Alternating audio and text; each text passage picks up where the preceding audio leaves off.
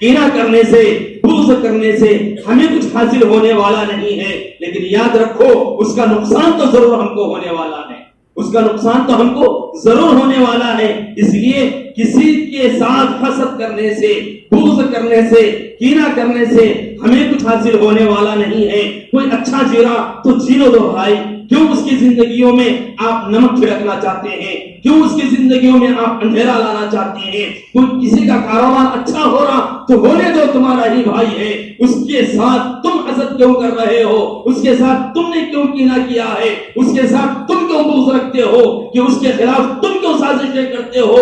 اس کے ساتھ تم کیوں عداوتیں رکھ رہے ہو؟ بھائی وہ بھی تو تمہارا بھائی ہے، چونکہ اللہ رب العزت، اللہ کے نبی نے فرمایا المؤمن مرآۃ المؤمن، کہ ایک مومن دوسرے مومن کا آئینہ ہے۔ کہیں فرمایا گیا ہے کہ ایک مسلمان دوسرے مسلمان کا بھائی ہے، لہذا وہ بھی ہمارا ہی بھائی ہے۔ اس کے ساتھ کینہ کرنا، بغض کرنا، حسد کرنے سے ہم کو حاصل تو کچھ نہیں ہوتا، فائدہ تو کچھ نہیں ہوتا، لیکن یاد رکھو اس کا نقصان تو ضرور ہونے والا ہے۔ سب سے بڑا نقصان تو یہی ہے کہ اللہ کے نبی نے فرمایا کہ اس مقدس رات کے اندر بھی اس شخص کی مغفرت نہیں ہوتی جو کینہ کرنے والا ہے، بغض کرنے والا ہے، حسد کرنے والا ہے۔ یہ بیماری دن بدن عام ہوتے چلے جا رہی ہے، لہذا یاد رکھیں اگر اس طرح کی بیماریوں میں اگر کوئی مبتلا ہے تو ان کو سمجھانے کی ضرورت ہے، حاصل کچھ نہیں ہے۔ اور یاد رکھو حسد کرنے والا، کینہ کرنے والا، بغض کرنے والا کبھی سکون میں نہیں رہتا،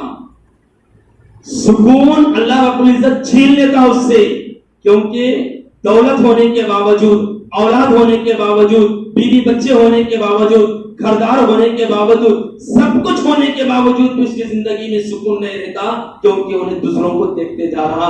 اگر دوسروں کو دیکھ کے خود کو سدھار لیتا تو بہت اچھا ہوتا۔ حسد کرنا ایک جگہ جائز ہے، وہ کہاں ہے؟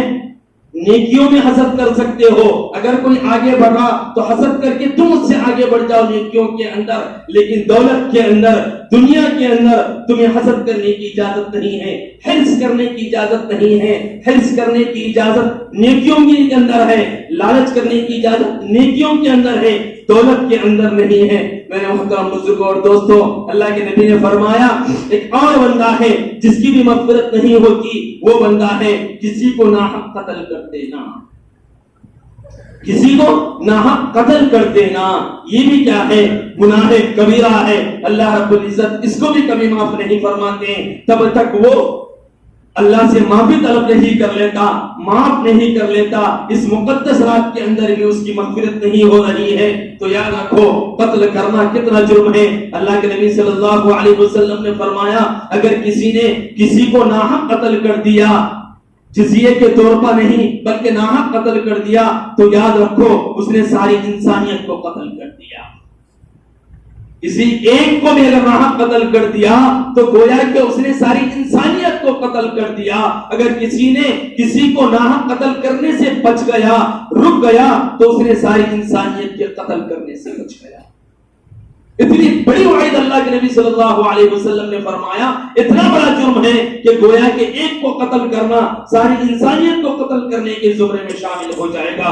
تیسری ایک اور شخص کے بارے میں بھی اللہ کے نبی صلی اللہ علیہ وسلم نے فرمایا کہ شرابی، جس کے بارے میں بھی فرمایا کہ جو شراب کا عادی ہے، نشے کا عادی ہے، اس رات کے اندر اس کی بھی مغفرت نہیں ہوتی۔ محترم بزرگوں اور معزز ایمانی بھائیوں، شراب بہت بڑا جرم ہے، بہت بڑا گناہ ہے۔ جب شراب پی جاتی تھی، جب شریعت نازل ہوئی، اللہ کے نبی صلی اللہ علیہ وسلم مکہ مکرمہ میں موجود ہے، اولاً ہی شراب حرام نہیں ہوئی بلکہ صحابہ شراب پیتے تھے، ابھی شراب کی حرمت نازل نہیں ہوئی تھی۔ تو اولاً اللہ رب العزت نے فرمایا لا تقربوا الصلاة وانتم السکراء، کہ تم نماز کے قریب مت آنا جس وقت تم نشے کی حالت میں ہو۔ تدریجاً اللہ رب العزت نے اسے معاف کر دیا، چونکہ وہ عادی تھے، صحابہ بھی جو اولاً ایمان لائے تھے وہ لوگ عادی تھے شراب پینے کے، ان کے لیے شراب چھوڑنا ابتداءً حرام اگر ہو جائے تو چھوڑنا مشکل تھا، تو پہلے اللہ نے ان لوگوں کے لیے حکم دے رہا ہے کہ جس وقت تم نماز کو آ رہے ہو اس وقت شراب نہیں پینا۔ لا تقربوا الصلاة وانتم السکراء، کہ تم اگر نشے کی حالت میں ہو تو نماز کے قریب مت آنا، نماز جس وقت پڑھنا ہے اس وقت شراب مت پیو۔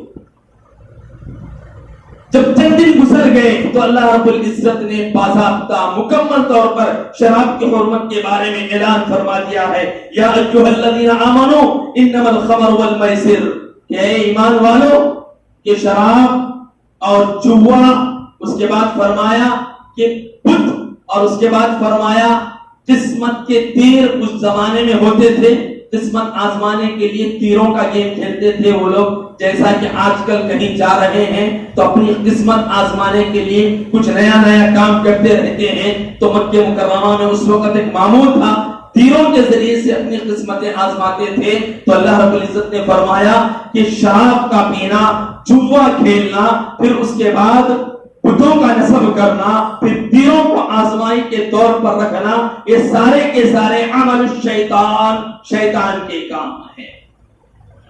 فَاجْتَنِبُوهُ، ان ساری چیزوں سے بچ جاؤ۔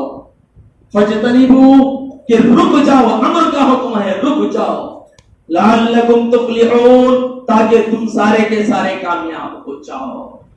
بچو گے تو کامیاب ہوگے، نہ بچو گے تو ناکام ہو جاؤ گے۔ اللہ نے اعلان کر دیا کہ تم کو نہ شراب پینا ہے، تم کو نہ جوا کھیلنا ہے، نہ تم کو نہ کسی کی پرستش کرنا ہے، نہ قسمت آزمانے کے لیے، اچھے برے کے لیے، قسمت آزمانے کے لیے کسی چیزوں کو اپنانا ہے۔ یہ سارے کے سارے کیا ہے؟ عمل الشیطان، شیطان کا عمل ہے۔ تو ان ساری چیزوں سے فَاجْتَنِبُوا، بچ کے رہ جاؤ، رک جاؤ۔ کیوں؟ اس لیے کہ اگر تم رک جاؤ گے، لعلکم تفلحون، تاکہ تم سارے کے سارے کامیاب ہو جاؤ گے۔ میرے محترم بزرگوں اور معزز ایمانی بھائیوں، شراب پینا بہت بڑا جرم ہے۔ اللہ کے نبی صلی اللہ علیہ وسلم کے خدمت میں ایک شخص آیا، امام مسلم روایت فرماتے ہیں کہ ایک شخص آیا، عرض کرنے لگا، یا رسول اللہ صلی اللہ علیہ وسلم، میں مزر پی سکتا ہوں؟ ان کے پاس ایک مشروب تھا، مزر اس کا نام ہوتا تھا، اور وہ جوار سے بنائی جاتی تھی وہ شراب۔ تو اللہ کے نبی نے فرمایا کیا اس کے اندر نشہ ہوتا ہے؟ تو اللہ، ہاں، انہوں نے فرمایا کہ ہاں اس کے اندر نشہ ہوتا ہے۔ تو اللہ کے نبی نے فرمایا تب تو اس سے بچ جاؤ، وہ تمہارے لیے کیا ہے؟ حرام ہے، اس کو نہیں پی سکتے، اس کو کیا ہے؟ نہیں پی سکتے ہو، اس کو پینے سے رک جانا چاہیے، حرام ہے۔ اور فرمایا کہ اگر کوئی شراب پی لے گا تو گویا کہ اس نے جہنمیوں کا پسینہ، جہنمیوں کا پیٹ پلا دیا جائے گا۔ شراب کا جو عادی ہوتا ہے اس کی تو اس مقدس رات میں مغفرت نہیں ہوتی ہے۔ اس کے حرام کے قائل ہے یا نہیں ہے؟ حرام کے اگر قائل ہے تو اللہ رب العزت نے ارشاد فرمایا ہے کہ ایسا ہی یہ حرام ہے جیسا خنزیر حرام ہے۔ خنزیر حرام ہے، مانتے نہیں مانتے؟ خنزیر کو کھانا کوئی پسند کرتا نہیں کرتا؟ اگر پسند نہیں کرتا تو شراب پینا کیوں پسند کرتا؟ شراب پینا کیوں پسند کرتا؟ شراب پینے والا یاد رکھو خنزیر بھی کھا سکتا ہے، خنزیر بھی کھا سکتا ہے، ماں کے ساتھ زنا بھی کر سکتا ہے، جو نہیں کرنا ہے وہ بھی کر سکتا ہے، کیونکہ اسے کہا گیا کہ ام الخبائث کہا گیا شراب کو، کہ شراب سارے خرابیوں کی اماں ہے۔ کیا ہے؟ سارے خرابیوں کی اماں ہے۔ اسی کی وجہ سے کئی سارے خرابیاں وجود میں آتی ہے۔ جب انسان شراب پیتا ہے، نشے میں آتا ہے، نشے کی وجہ سے کیا کر رہا، کیا کھا رہا، کس کے پاس جا رہا، کس کو کیا بول رہا، کچھ پتا نہیں ہوتا۔ کیوں؟ اس لیے کہ انہیں نشے میں ہے، اور نشے کی حالت میں وہ سب کام کر جاتا ہے جو اس کے لیے جائز نہیں ہوتے، اس کے لیے حرام ہوتے، کیونکہ اس نے ایک حرام کا ارتکاب کر کے کئی سارے حراموں کے ساتھ اپنی زندگی بسر کر پڑا۔ شراب پینا ایسے ہی حرام ہے جیسے خنزیر کھانا ہے، شراب پینا ایسے ہی حرام ہے جیسے زنا کرنا ہے۔ شراب پینا اتنا ہی سخت ترین جرم ہے میرے محترم بزرگوں اور معزز ایمانی بھائیوں، لہذا اس سخت ترین جرم سے ہم اپنے آپ کو اجتناب کرنے کی ضرورت ہے، بچنے کی ضرورت ہے۔ میرے محترم بزرگوں، اگر آج نہیں بچیں گے تو ان لوگوں کے لیے اللہ کے نبی نے وعید سنائی ہے کہ یہ مقدس رات آئے گی، یہ مقدس رات میں بھی اس کی مغفرت نہیں، اس مقدس رات میں بھی مغفرت نہیں ہے۔ شب قدر آئے گی تبھی بھی اس کی مغفرت نہیں ہے، رمضان جیسا مہینہ آئے گا تبھی بھی اس کی مغفرت نہیں ہے۔ تو کیا کرے گا؟ جہنم میں چلا جائے گا، جہنم کا ایندھن بنے گا۔ کہا گیا کہ جہنم کا ایندھن انسان بنیں گے اور پتھر بنیں گے۔ ایسے ہی لوگ ہوں گے جو جہنم کا ایندھن بنیں گے۔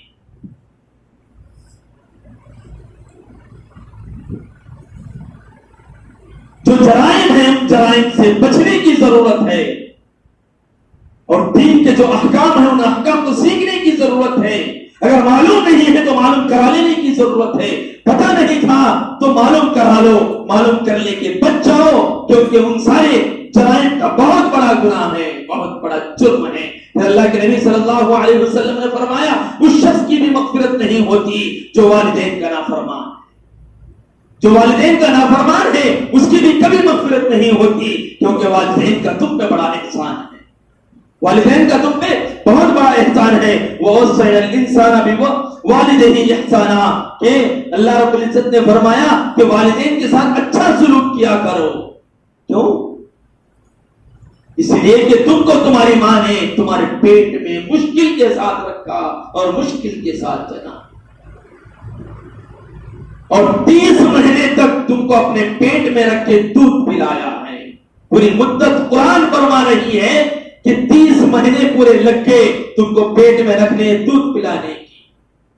اتنے دنوں تک جب تم ماں کے ساتھ رہ رہے ہو، ماں تمہاری پرورش کر رہی ہے، تو ماں کا تم پر بہت بڑا حق ہوتا ہے۔ اللہ کے نبی صلی اللہ علیہ وسلم کے پاس ایک صحابی آئے اور عرض کرنے لگے، یا رسول اللہ صلی اللہ علیہ وسلم مجھ پر سب سے زیادہ حق کس کا ہے؟ اللہ کے نبی نے فرمایا تم پر تمہاری ماں کا سب سے زیادہ حق ہے۔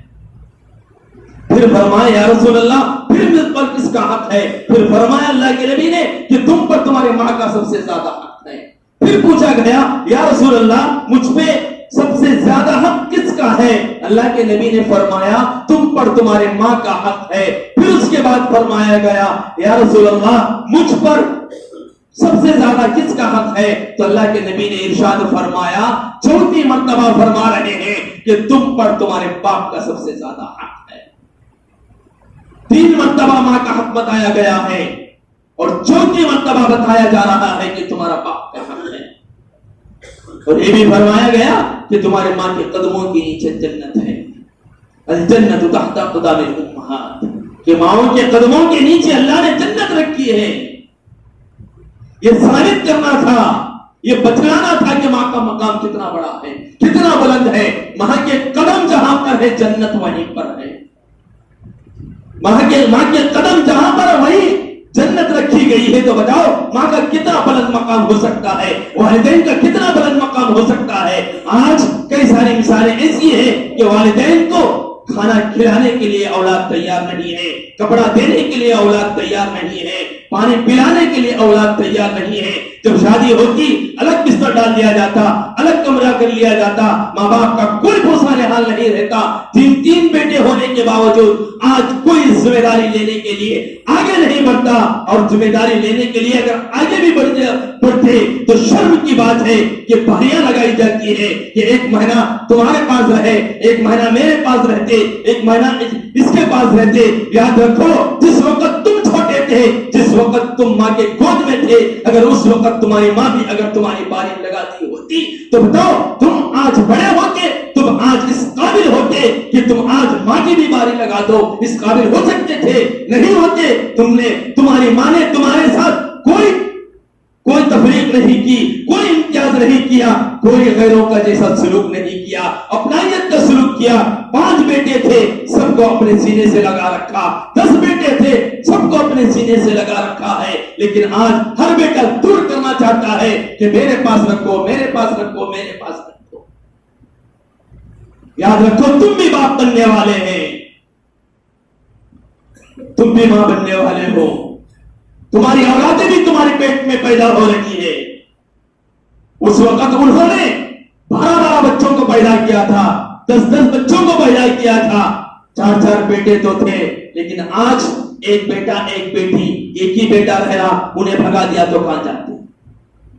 ان کے پاس آپشن تو ہے کہ 4 بیٹے ہیں میرے پاس، 3 بیٹے ہیں میرے پاس، ان نے پالا تو ان پالتا، ان نے پالا تو ان پالتا، لیکن آج کے والدین کیا کر رہے؟ 2 بچے رکھ لے رہے، 1 بیٹا 1 بیٹی۔ اگر وہ بیٹا لات مار کے بھگا دیا تو کہاں جاتے؟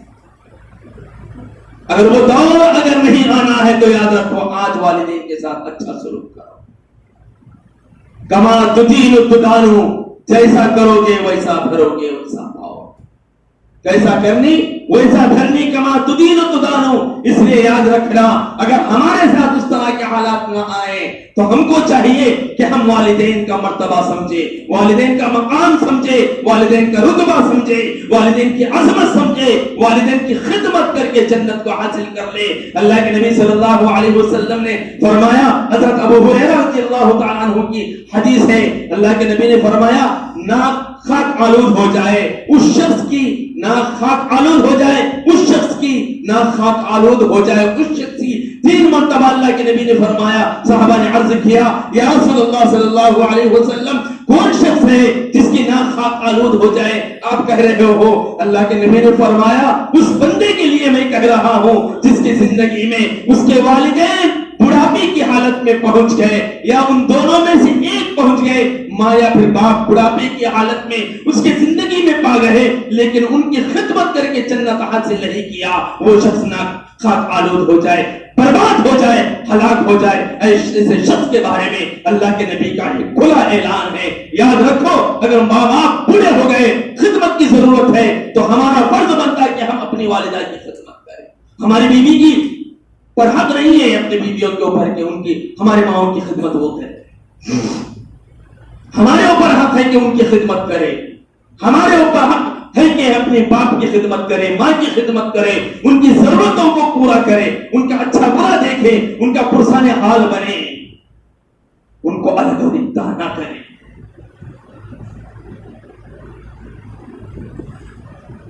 آج مغربی تہذیب کے مطابق کئی ساری جگہوں پر اولڈ ایج ہوم بنا دیے گئے ہیں۔ اولڈ ایج ہوم پتہ ہے جب ماں باپ بوڑھے ہو جاتے تو لے جا کے وہاں پہ ڈال دو۔ پوری مغربی تہذیب اسی روش پہ چل رہی ہے، مغربی ممالک سارے اسی روش پہ چل رہے ہیں کہ جب گھر میں کوئی بوڑھا ہو جاتا تو اس کی خدمت نہیں ہوتی، لہذا اس کو لے جا کے کہاں ڈال دیتے؟ اولڈ ایج ہوم میں ڈال دیتے۔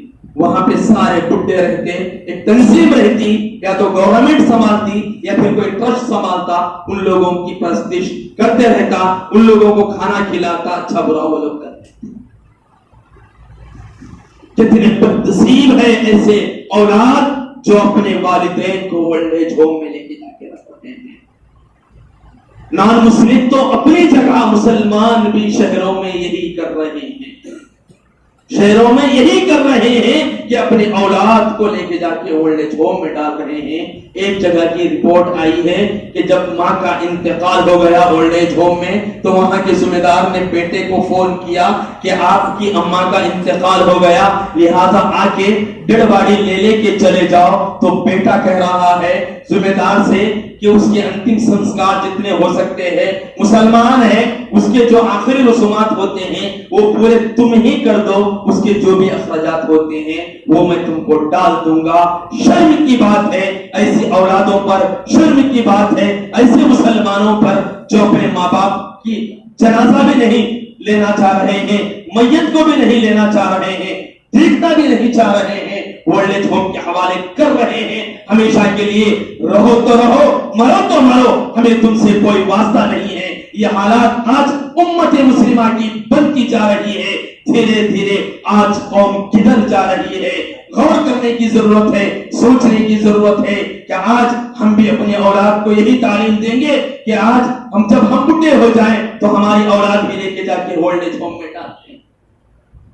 کیونکہ کسی کالج میں ماں کا مقام نہیں بتایا جاتا، کسی کالج میں باپ کا مرتبہ نہیں بتایا جاتا، کسی اسکول میں ماں باپ کی عظمتوں کے متعلق کوئی مضمون نہیں بتایا جاتا۔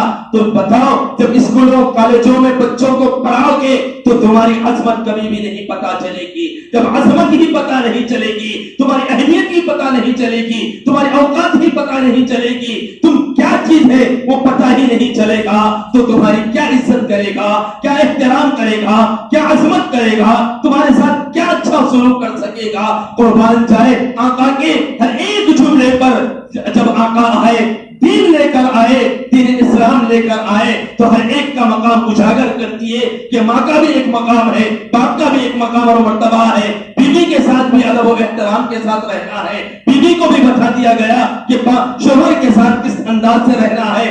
بہن ہے تو بہن کا بھی کیا مقام ہوتا ہے, کیا مرتبہ ہوتا ہے.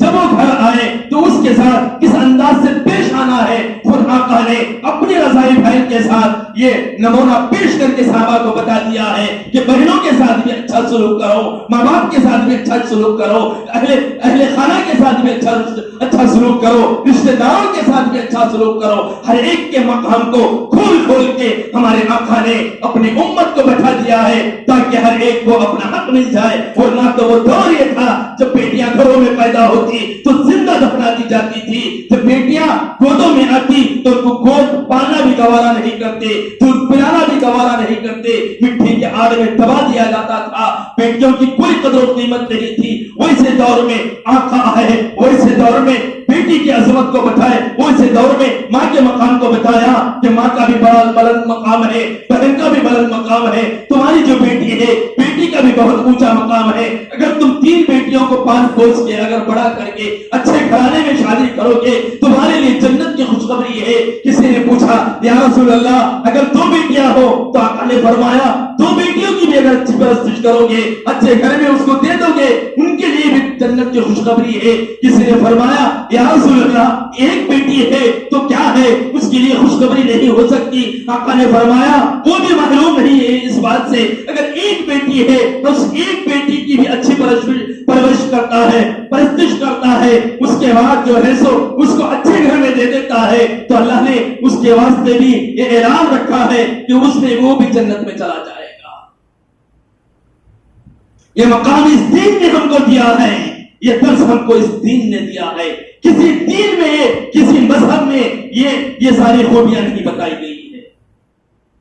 بہن کا مقام, بیٹی کا مقام, ماں کا مقام کسی مذہب میں نہیں بتایا گیا ہے, اتنا اجاگر نہیں کیا گیا ہے. میرے محترم بزرگوں اور معزز ایمانی بھائیوں, والدین کی قدر کیجئے. اگر والدین باحیات ہے تو قسمت والے ہو, کیونکہ جنت کی ٹکٹ لینا آسان ہے, جنت کو حاصل کرنا آسان ہے. کرنا کیا ہے, بس ان کی خدمت کر لینا ہے, کیونکہ ان کے قدموں ہی میں جنت رکھی ہوئی ہے. ان کی جتنی خدمت کرو گے, جتنی دعائیں لو گے, اس کے بعد اتنا ہی کامیاب ہوتے چلا جاؤ گے. حضرت موسیٰ علیہ السلام کوہ طور جایا کرتے تھے, وہاں سے اللہ سے ہم کلام ہوتے تھے. جب ایک مرتبہ حضرت موسیٰ علیہ السلام کوہ طور چلا گئے, اس کے بعد اللہ سے ہم کلام ہو رہے تھے, بات کر رہے تھے, تو اللہ نے فرمایا موسیٰ اب سنبھل کے بات کرنا, موسیٰ اب سنبھل کے بات کرنا. حضرت موسیٰ کو بات سمجھ میں نہیں آئی. اے اللہ کیا بات ہے, آج تک تو بات جو بھی کہی جاتی آپ سنتے, آپ کی بات میں سنتا, آج تک اس طرح کی کوئی بات نہیں آئی ہے, آج کیوں کہہ رہے ہو کہ موسیٰ بات سنبھل کے کرنا.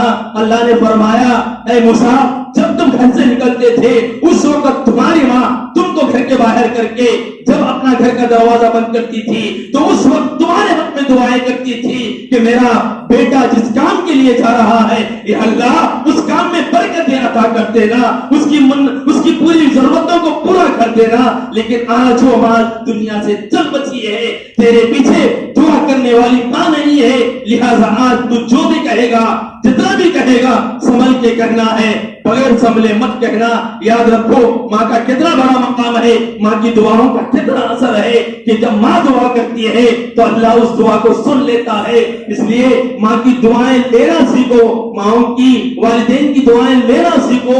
والدین کی دعائیں لوگے تو دنیا میں بھی کامیاب ہو جاؤ گے, آخرت میں بھی کامیاب ہو جاؤ گے. اگر ماں کی دلوں کو دکھاؤ گے, والدین کے دلوں کو دکھاؤ گے تو دنیا بھی چلے ہی گئی, آخرت بھی ہاتھ سے نکل جاتی ہے, ہمیشہ ہمیشہ کے جہنم میں چلے جاؤ گے.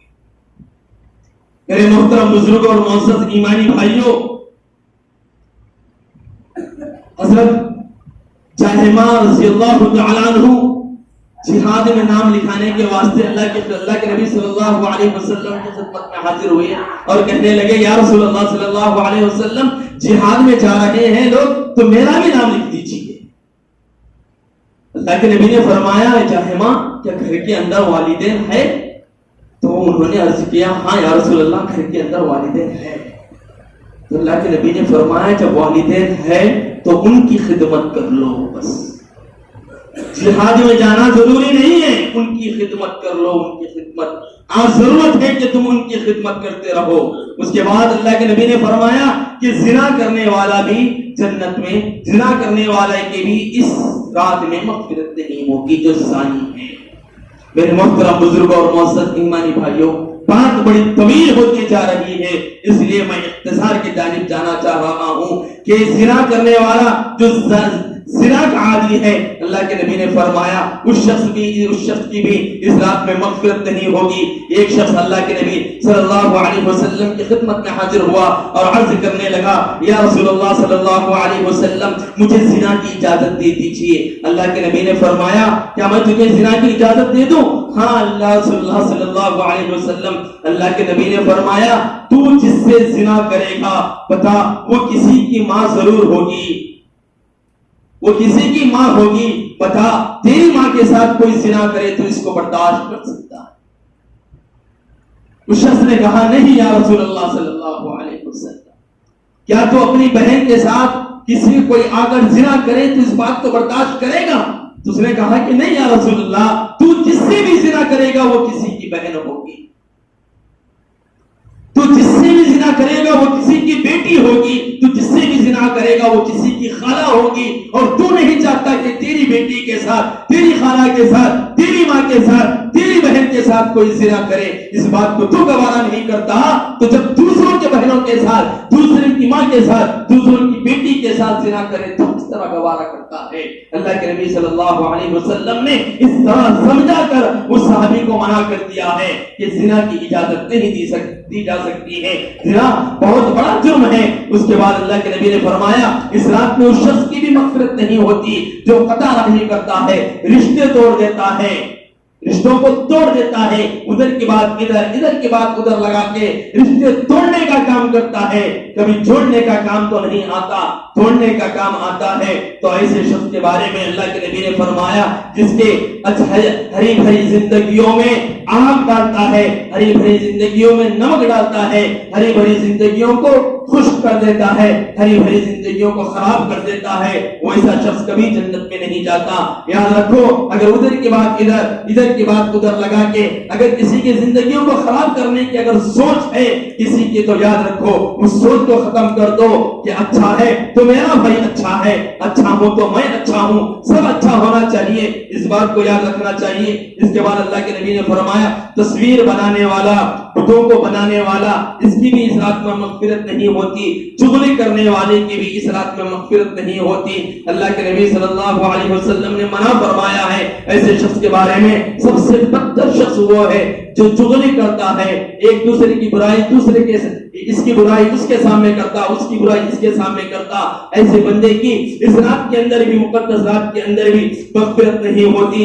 میرے محترم بزرگوں اور معزز ایمانی بھائیوں، یہ مقدس رات ہے، اس رات کا اہتمام کرنے کی ضرورت ہے، اس رات کی قدر کر لینے کی ضرورت ہے، دعاؤں کا اہتمام کر لینے کی ضرورت ہے، اللہ کو منوا لینے کی ضرورت ہے۔ اگر کوئی برائیاں ہیں ہمارے اندر تو ان برائیوں کو ختم کر لینے کی ضرورت ہے، اگر کچھ گناہ ہماری زندگیوں میں چل رہے ہیں تو ان گناہوں کو ختم کر لینے کی ضرورت ہے۔ میرے محترم بزرگوں اور معزز ایمانی بھائیوں، جو ایمان اللہ نے ہم کو عطا کیا ہے وہ ایمان بڑا قیمتی ایمان ہے، اس قیمتی ایمان کو بچا کے لے کر جانا بھی ہمارا اپنا فریضہ بنتا ہے۔ کہ کمال یہ نہیں ہے کہ ایمان والے رہے، کمال یہ ہے کہ ایمان پر مٹ جائے، کمال یہ ہے کہ ایمان پر مٹ جائے، یہ کمال ہے۔ لہذا دعا کرتے رہنا چاہیے، اور اللہ رب العزت نے ہمیں یہ دعا بھی سکھا دیا ہے، اللہ کا حکم بھی ہے، نبی صلی اللہ علیہ وسلم نے دعا بھی بتلا دی ہے، اے اللہ جب تک باقی رکھے، ایمان پر باقی رکھ، جب رخصت کا وقت آ جائے، جب موت کا وقت آ جائے تو ہمیں ایمان پر ہماری موت عطا فرمائے۔ یا ایھا الذین آمنوا حق تقاتہ ولا تموتن الا وانتم مسلمون، اللہ رب العزت نے فرمایا اے ایمان والو اللہ کا حق پورا کرو جس طرح اس کا حق ادا کرنے کا ہے، اور جب مرو تو ایمان کی حالت میں مرو۔ بتایا جا رہا اصل کامیابی تبھی ہے جب ایمان کی حالت میں تم مرتے ہو۔ اسی طرح اللہ کے نبی نے بھی دعا سکھا دی ہے کہ جنازے کی نماز میں جب ٹھہر کے دعا پڑھتے ہیں تو اس دعا کے اندر یہی الفاظ ہے، یا اللہ جب تک زندہ رکھ، ایمان پر زندہ رکھ، اسلام پر زندہ رکھ. جب موت دے تو ایمان پر موت دے. موت پر ایمان آ جائے، یہ اصل کامیابی ہے. مسلمان بن کے بھی جینا ہے، مسلمان بن کے بھی مرنا ہے. کیونکہ میرے محترم بزرگوں اور معزز ایمانی بھائیوں، کہ کئی سارے فتنے رونما ہوتے جا رہے ہیں، اور اللہ کے نبی صلی اللہ علیہ وسلم کا فرمان بھی ہے جب قیامت قریب آ جائے گی تو اس وقت فتنے تیزی کے ساتھ آئیں گے. کتنی تیزی کے ساتھ؟ بارش جس تیزی کے ساتھ آتی ہے بارش کے قطروں کی طرح، اسی تیزی کے ساتھ فتنے رونما ہوتے جائیں گے. اس وقت فتنوں سے بچے رہنا، فتنوں سے اپنے ایمان کو بچا رکھنا بہت دشوار ہو جائے گا، بہت کٹھن ہو جائے گا. اس لیے ضرورت ہے کہ اپنے ایمان کی حفاظت کرتے رہو. کئی سارے فتنے انٹرنیٹ پہ بھی چل رہے، عام زندگیوں میں فتنے ابھرے ہوئے ہیں. کہیں کوئی نبی ہونے کا اعلان کر رہا، کہیں کوئی عیسیٰ علیہ السلام ہونے کا اعلان کر رہا، کہیں کوئی اپنے آپ کو مہدی ہونے کا بھی اعلان کر لے رہا، کہیں کچھ اپنے آپ کو خود رب ہونے کا بھی، اللہ ہونے کا بھی اعلان کر رہا. نعوذ باللہ. اس طرح کے اعلانات آتے جا رہے ہیں اور لوگ گمراہ ہوتے چلے جا رہے ہیں. ایک اہم فتنہ جو انٹرنیٹ پہ چل رہا ہے، بہت نوجوان اس فتنے کے شکار ہوتے چلے جا رہے ہیں. پتہ ہی نہیں کہ وہ فتنہ ہے کیا.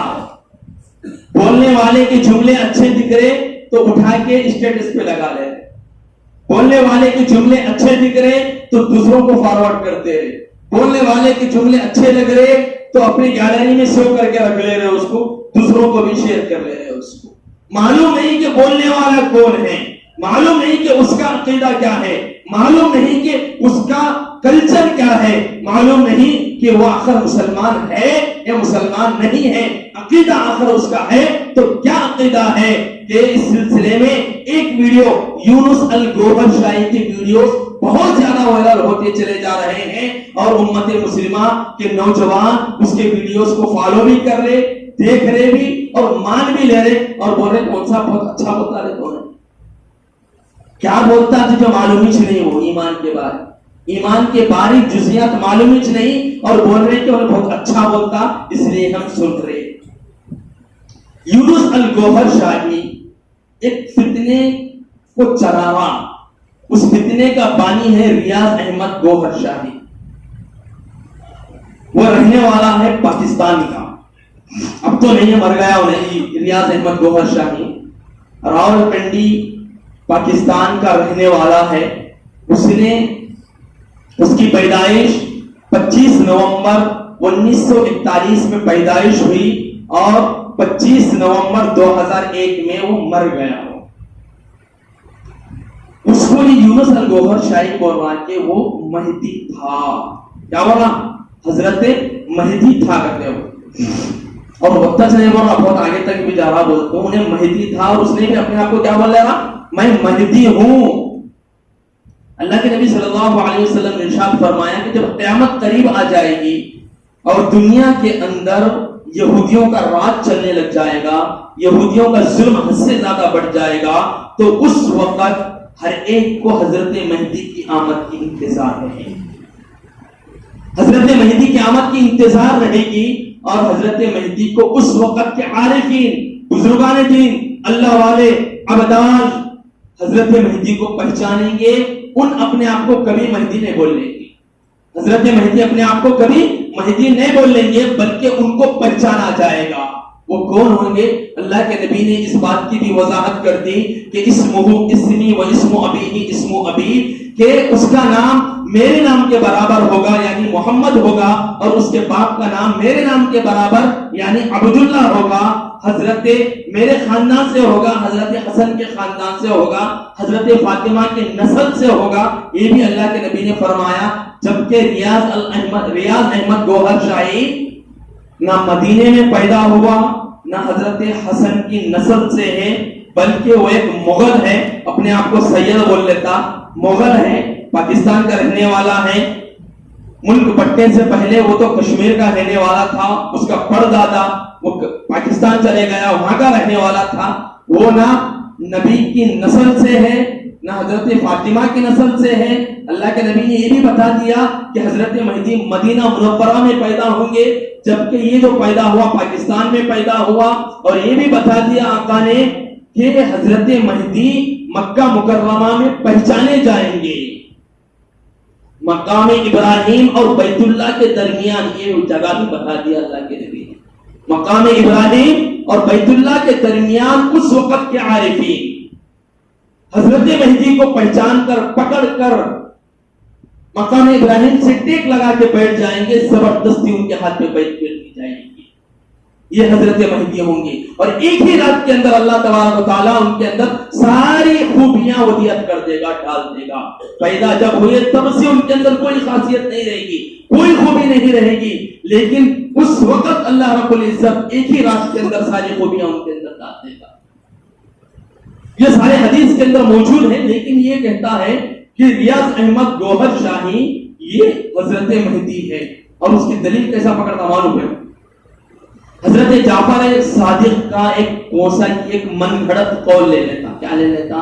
حضرت جعفر صادق رحمت اللہ علیہ نے فرمایا کہ حضرت مہدی جب آئیں گے تو ان کا چہرہ چاند میں نظر آئے گا. ان کا چہرہ چاند میں نظر آئے گا. تو اب یہ چاند لوگوں کے سامنے پیش کر رہا اور بول رہا ہے کہ اس میں یہ گوہر شاہی ہے. اس کے اندر اس میں کیا ہے؟ حضرت مہدی ہے جو ریاض احمد گوہر شاہی ہے. اس طرح کی یہ باتیں کر رہا ہے، جبکہ یہ حضرت مہدی نہیں ہے بلکہ ایک گمراہ شخص ہے. گمراہی نہیں بلکہ عیاش شخص ہے. خیر اس کی عیاشیاں بتانے کا وقت اجازت نہیں دیتا.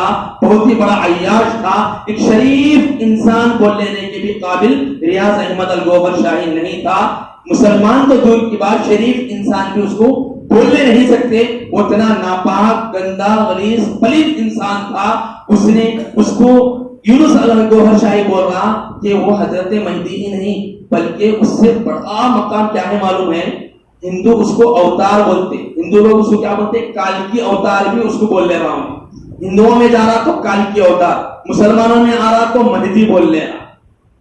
اور یہ بھی بتا رہا کہ جب مسلمان ہمارے سے آ کے جڑتے تو ان کو ہم کیا بتاتے؟ الف لام میم کا مطلب الف سے اللہ، لام سے لا الہ اور میم سے محمد رسول اللہ. جب نام مسلم آ کے ہم سے ملتے تو ان کو ہم اس کا مطلب بتاتے الف سے اللہ، لا سے لا الہ اور میم سے ریاض احمد الگوہر شاہی بتاتا ہوں. یعنی نبی پاک صلی اللہ علیہ وسلم کا مقام اس کو دے رہا ہوں. انڈائریکٹ اس نے نبی ہونے کا بھی گویا کہ دعویٰ کر دیا. یہی تک بھی وہ محدود نہیں ہے بلکہ اس کی ویڈیوز بھی موجود ہے اپنے پاس، اس کی لکھی ہوئی کتابیں بھی موجود ہے. وہ کہہ رہا ہے کہ ریاض احمد الگوہر شاہی خالی مہدی نہیں ہے، بس یہ لوگوں کو بتانے کے واسطے اوپر ہم مہدی بول رہے ہیں ان کو، اور ایک کال کی اوتار بھی خالی لوگوں کو بتانے کے واسطے ہے. اصل میں یہ کیا ہے معلوم ہے؟ رب ہے. کیا ہے؟ اللہ ہے اور اللہ کو پیدا کرنے والے ہیں. نعوذ باللہ. کہتا کہ رب الارباب ہے. کہتا کیا کہتا؟ رب الارباب ہے. اور جس کا یہ عقیدہ نہ ہو وہ مسلمان ہی نہیں ہوگا. جس کا یہ عقیدہ نہ ہو وہ مسلمان ہو ہی نہیں سکتا. اس طرح کے جملے کہہ کر امت مسلمہ کو گمراہ کرتا. کال کے اوتار بتایا، مہدی بتایا اپنے آپ کو، یہاں تک گزر گیا، حد سے بڑھ گیا کہ وہ اللہ ہے اور اللہ ہی نہیں بلکہ اللہ کو اس نے ہی پیدا کیا. وہ کون بولے تو بتا رہا کہ وہ بات میرے کو اللہ جو بولے کہتے انہیں میرے کو پیدا کرا. نعوذ باللہ. اتنے من گھڑت باتیں، جھوٹ باتیں، غلط باتیں، گمراہ کن باتیں امت مسلمہ کو بتا کر گمراہ کر رہا ہے. اور مسلمان، سینکڑوں مسلمان اس کو فالو بھی کر رہے ہیں، لائک بھی کر رہے ہیں، اسٹیٹس بھی لگا رہے ہیں، سب کچھ کرتے چلے جائیں جبکہ اس کے عقیدوں سے ناواقف ہے. اس کے عقیدوں سے وہ لوگ ناواقف ہے. مثال کے طور پہ آپ لوگوں کو اس کا ایک ہی ویڈیو بتا دوں، باقی ویڈیوز تو بہت سارے ہیں. اس کے ویڈیوز آپ کو انشاءاللہ دھیرے دھیرے انشاءاللہ بتائیں گے.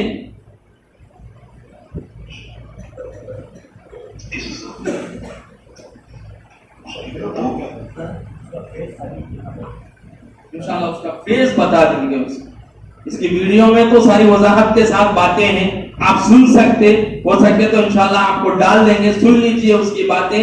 جس نے اپنے آپ کو نبی, اپنے جو اس کا جو آقا ہے, اس کا جو سردار ہے, اس کو انہیں اپنے آپ کو کیا کر رہا, انہیں اللہ کا مقام دے رہا, اللہ کا ہی نہیں بلکہ اپنے آپ کو اللہ سے بھی بڑا کرتے, رب الارباب. جیسا کہ فرعون نے بولا تھا انا ربکم الاعلی, کہ میں سب سے بڑا رب ہوں, سب سے بڑا اللہ ہوں, سارے ربوں پر میں ہی بڑا رب ہوں, انا ربکم الاعلی. فرعون نے کہا تھا, یہ بھی بعینہ وہی بات کر رہا کہ رب الارباب ریاض احمد الگوہر شاہی ہے. لہذا میرے محترم بزرگوں اور معزز ایمانی بھائیوں, خاص کر نوجوان طبقے سے میری گزارش ہے کہ یہ فتنہ, اس طرح کے سینکڑوں فتنے آج انٹرنیٹ پہ آ گئے اور وہ اپنا کام کر رہے ہیں. مسلمان نوجوان طبقہ ان فتنوں کے جال میں پھنستا چلا جا رہا ہے اور اپنے ایمان کو کھوتا چلا جا رہا ہے. لہذا ضروری ہے کہ اس طرح کے نئے ویڈیوز, جو بھی اچھے ویڈیوز تمہارے سامنے آئے, سب سے پہلے علماء کے پاس چلا جاؤ, علماء سے پوچھ لو کہ مولانا یہ ویڈیو میں سن سکتا ہوں یا نہیں, یہ شخصیت کیسی ہے, یہ قابل قبول ہے یا نہیں ہے, یہ بندہ کیسا ہے, اس کی باتیں کیسی ہے, ہم سن سکتے یا نہیں سن سکتے, ورنہ ایمان چلا جائے گا میرے دوستو, ورنہ ایمان خطرے میں پڑ جائے گا. کیونکہ اللہ کے نبی کا فرمان ہے جب قیامت قریب آ جائے گی, فتنے تیزی کے ساتھ آئیں گے, حال کیا ہوگا, یصبح الرجل مؤمنا ویمسی کافرا ویمسی مؤمنا ویصبح کافرا.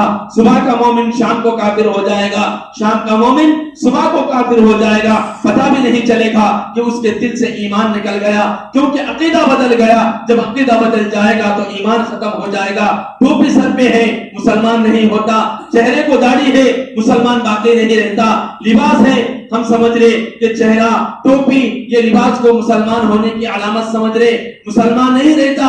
جب دل کا عقیدہ خراب ہو گیا, دل کا عقیدہ نکل گیا تو ایمان سے نکل جاتا, دل کا عقیدہ خراب ہو گیا تو ایمان سے نکل جاتا.